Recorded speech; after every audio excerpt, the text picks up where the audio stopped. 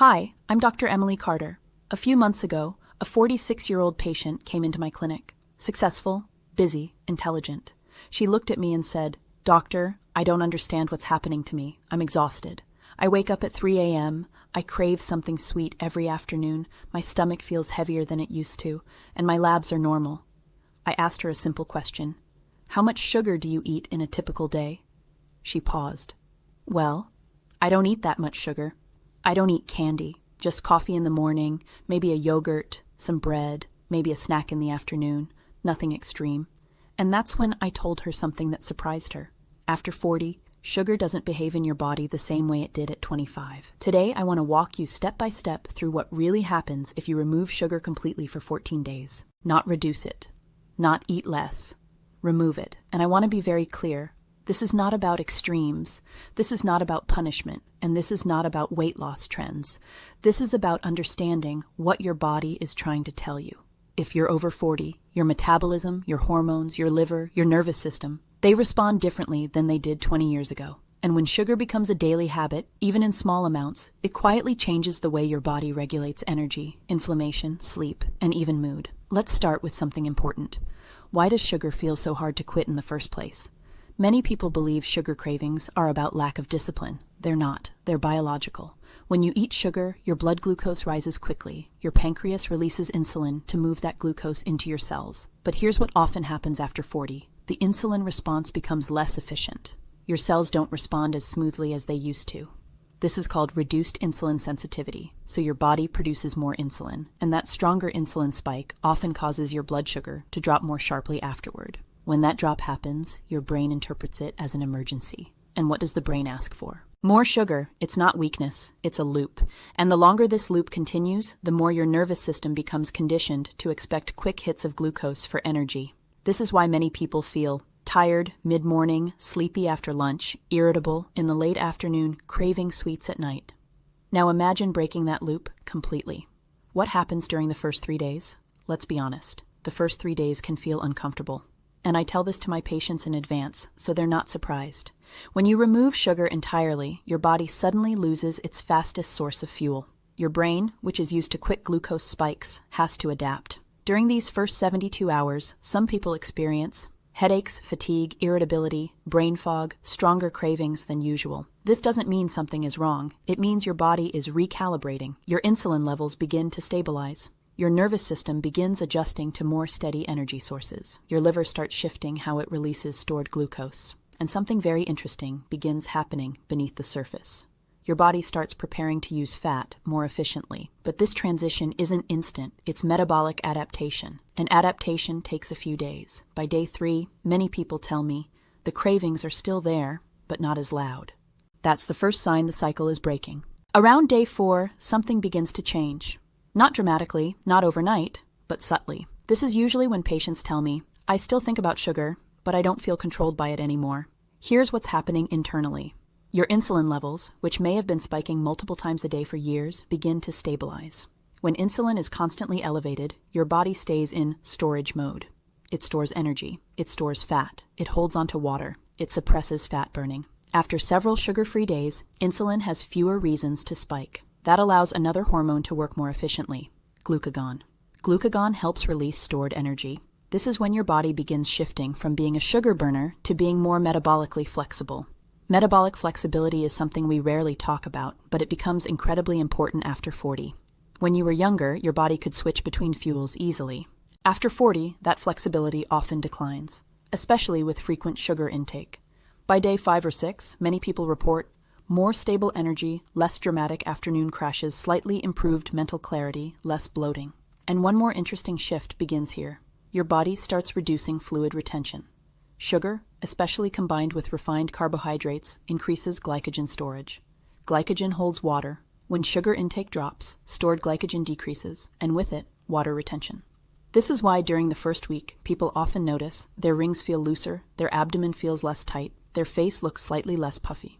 This is not dramatic fat loss yet. It's metabolic recalibration, and it's the first visible sign your body is shifting gears. One of the most underestimated effects of quitting sugar is what happens to hunger. Many adults over 40 live in a constant cycle of, "I just ate, why am I hungry again?" This often has very little to do with actual caloric need. It has to do with hormonal signaling. When blood sugar rises quickly and falls quickly, the brain receives mixed messages. Ghrelin, the hunger hormone, increases. Leptin, the satiety hormone, becomes less responsive. Over time, this pattern confuses your appetite regulation. By the second week without sugar, something fascinating happens. Your hunger becomes quieter, not suppressed, not gone, but calmer. Patients often tell me, I can eat a meal and actually feel satisfied for hours. That wasn't happening before. After 40, appetite regulation becomes more sensitive to insulin patterns. Reducing sugar helps restore that rhythm. And here's where this matters long term. When hunger stabilizes, decision-making improves. You're no longer reacting impulsively to crashes. You begin choosing food from stability, not urgency. That alone can change body composition over months. This is the part many people care about most: abdominal fat. After 40, fat distribution changes. For women, hormonal shifts around estrogen influence where fat is stored. For men, gradual testosterone decline alters metabolism and muscle mass. But sugar plays a specific role here. Excess sugar, especially fructose, is processed in the liver. When the liver receives more sugar than it can immediately use, it converts part of it into fat. Some of that fat stays in the liver, some is transported and stored around abdominal organs. This type of fat, visceral fat, is metabolically active. It increases inflammation. It affects insulin sensitivity. It influences blood pressure. When you remove sugar for 14 days, liver fat metabolism begins shifting. Now, this is important.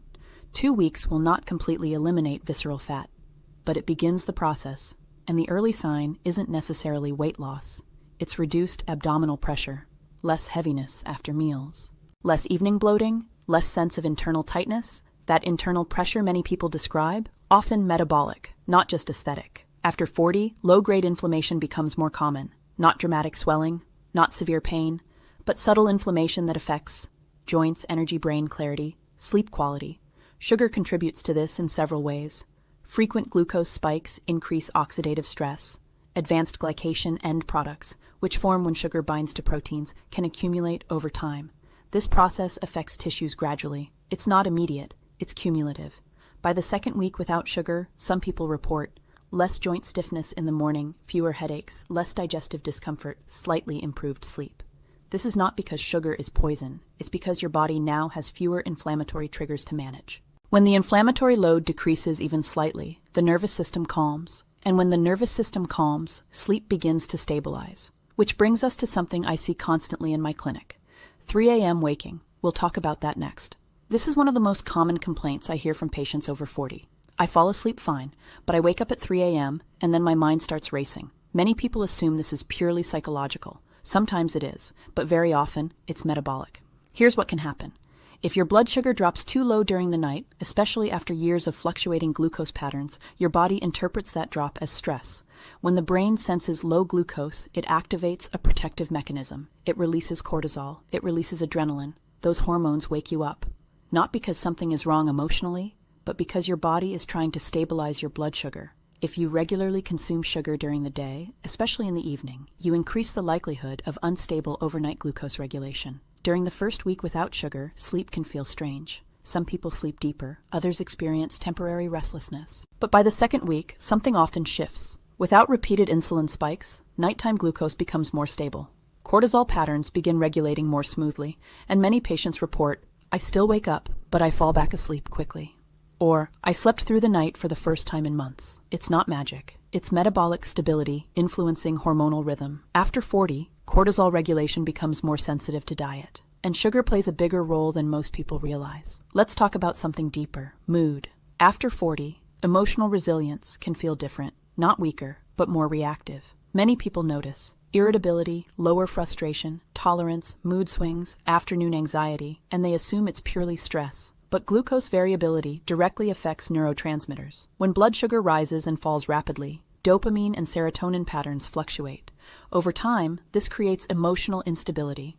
When sugar is removed for 14 days, neurotransmitter signaling becomes more stable. Not dramatically, but noticeably. Patients often describe it like this: I feel more even. I'm less reactive. I don't feel as overwhelmed by small things. Stable glucose means stable brain fuel. Stable brain fuel means more consistent emotional regulation. And after 40, emotional regulation is deeply tied to metabolic health.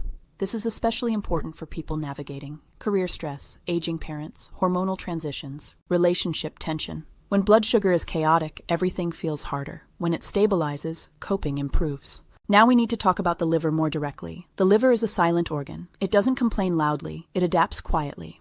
Excess sugar, especially fructose, is primarily processed there. When intake is high over years, fat accumulates in liver cells. This can progress to non-alcoholic fatty liver disease. Very common after 40, often unnoticed. 2 weeks without sugar will not completely reverse fatty liver. But here's what it does. It reduces incoming sugar load. It reduces de novo lipogenesis, new fat creation. It allows the liver to begin mobilizing stored fat. Some patients tell me after 10-14 days, my digestion feels lighter. I don't feel that heaviness on my right side. I'm less bloated after meals. These are subtle signs of improved hepatic workload. Over months, sustained reduction in sugar can significantly improve liver markers.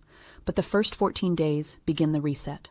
Sugar doesn't just affect weight, it influences vascular tone. Frequent insulin spikes can increase sodium retention. Sodium retention can increase blood pressure. After 40, blood pressure regulation becomes more sensitive. When sugar intake decreases, insulin stabilizes fluid balance, improves vascular stiffness, can gradually reduce. Now 2 weeks will not cure hypertension. But many patients notice small changes. Less swelling in ankles, more stable blood pressure readings, fewer afternoon headaches. The kidneys benefit from reduced metabolic stress, especially if previous intake was high. Again, this is not extreme, it's gradual recalibration.